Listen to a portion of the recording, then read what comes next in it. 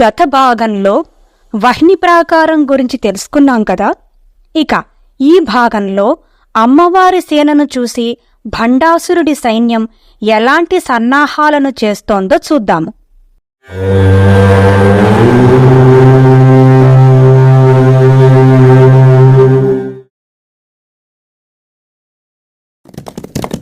అమ్మవారి సైన్యం కదనరంగాన కదిలి వస్తుంటే భండాసురుడి సైన్యం తీవ్ర అలజడికి లోనయ్యింది. భండాసురుడి రాజధాని అయిన శూన్యకానగరం సముద్ర తీరాన మరియు మహేంద్ర పర్వతం దగ్గర నిర్మించబడి కుట్రలకు కుతంత్రాలకు నిలయమై అపకీర్తి పాలయ్యింది. భండాసురుడి తమ్ముడైన విషంగుడు అక్కడే శాశ్వత స్థానాన్ని ఏర్పరచుకున్నాడు. అమ్మవారి సైన్యాన్ని గమనించిన 100 యోజనాలు గల శూన్యకా నగర నివాసులు భయంతో బెదరసాగారు. నగర గోడలు పీటలు వారాయి. భూమి కంపించింది.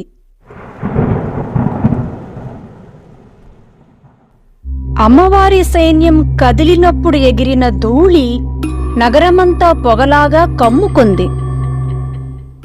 శవాల కోసం రాబందులు ఎదురు చూడసాగాయి. జరుగుతున్న పరిణామాలకి భయపడిన శూన్యకా నగరవాసులు భండాసురుడి దగ్గరకెళ్లి మొరపెట్టుకున్నారు. మొక్కవోని ధైర్యంతో ఉన్న భండాసురుడు దానవులందర్నీ సమావేశపరిచాడు.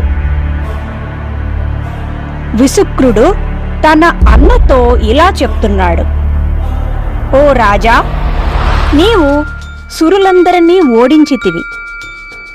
వారు చేసేది లేక చితగ్నిలో దూకారు. అందులో నుండి ఒక స్త్రీ ఉద్భవించిందిట.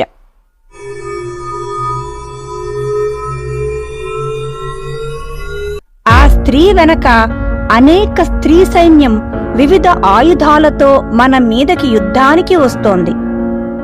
ఆమె స్త్రీ అయినప్పటికీ మనము ఉపేక్షించరాదు. ఆమెతో యుద్ధానికి మనము వెళ్ళనవసరమూ లేదు. మన సేవకులని పంపి ఆమెను బంధించి మన కొలువులో దాసీగా చేయుము.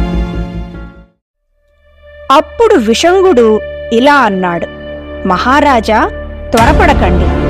ముందు మన వేగులని పంపి శత్రుసేనల యొక్క బలాబలాలను తెలుసుకోవాలి. రాజుకు యుద్ధ వ్యూహం ఉండాలి. శత్రువు ఎలాంటి వాడైనా అలక్ష్యం వహించకూడదు. హిరణ్యకశిపుడిని ఒక స్తంభంలో నుండి వెలువడిన నరసింహుడు వధించలేదా? అలాగే మహిషాసురుడిని, శుంభు నిశుంభులను ఇంకా అనేక రాక్షసులను ఒక స్త్రీ వధించలేదా? అందుకే శత్రువు స్త్రీ అయినా పురుషుడైనా ఓడించాలంటే ఒక వ్యూహం ఉండాలి. ఆ మాటలు భండాసురుడికి నచ్చలేదు. మన సైన్యంలో కొన్ని అక్షోహిణుల సేనల్ని సమర్థవంతంగా నడిపించగల సేనాధిపతులు ఉన్నారు. వారు ముల్లోకాలను ముప్పు తిప్పలు పెట్టగల దిట్టలు. అటువంటప్పుడు ఒక స్త్రీకి భయపడడమేమిటి అని భండాసురుడు తన అసహనాన్ని వ్యక్తం చేశాడు. ఇంకా కుటిలాక్షుడు, కరండుడు మొదలగు తన 9 పుత్రుల పరాక్రమాన్ని తలుచుకుని గర్వపడ్డాడు. ఆ తర్వాత కుటిలాక్షుడికి తన సైన్యాన్నంతటినీ సిద్ధం చేయమని ఆదేశించాడు. దైత్యులు యుద్ధ సన్నాహాలను ప్రారంభించారు. అస్త్రశస్త్రాలతో సన్నద్ధమయ్యారు. దుందుబిని మ్రోగించారు.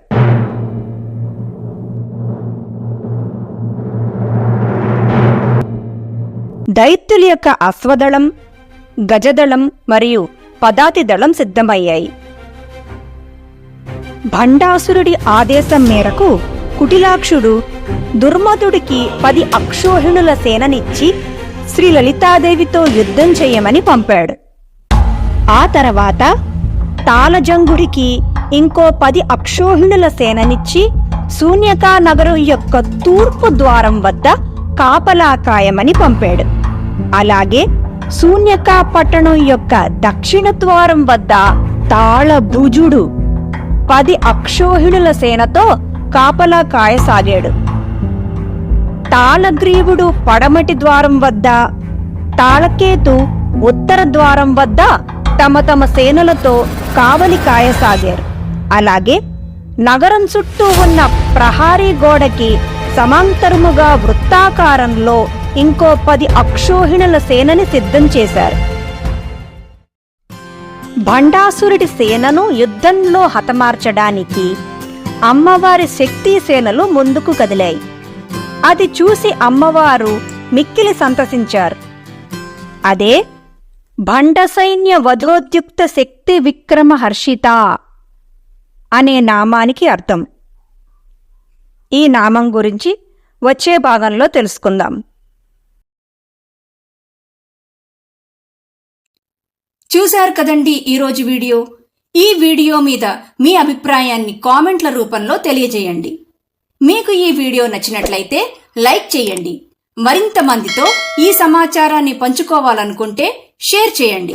అలాగే మొదటిసారి మా వీడియోని ఎవరైనా చూస్తున్నట్లయితే సబ్స్క్రైబ్ చేయడం మర్చిపోకండి. మళ్ళీ వచ్చే వీడియోలో కలుద్దాం. అంతవరకు మీ వద్ద సెలవు తీసుకుంటోంది మీ మానస.